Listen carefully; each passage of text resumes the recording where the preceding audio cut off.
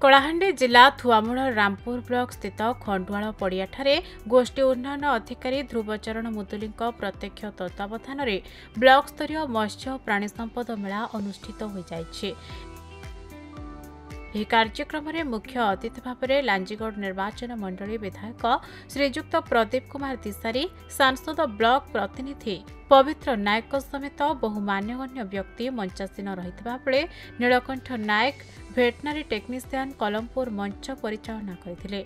यह अवसर में मेला रे मत्स्य प्राणी संपद और अन्य विभागीय कार्यक्रम प्रदर्शनी होइतबा बेले चाषी विशेषज्ञ आलोचना चक्र सहित सचेतनता और सांस्कृतिक कार्यक्रम आयोजित होइतिला।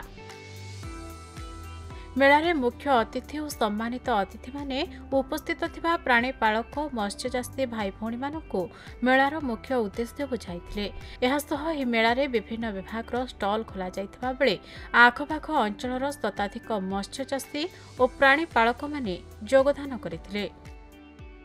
कलाहांडीरू मनोज कुमार नायक रिपोर्ट, खबर ओडिशा।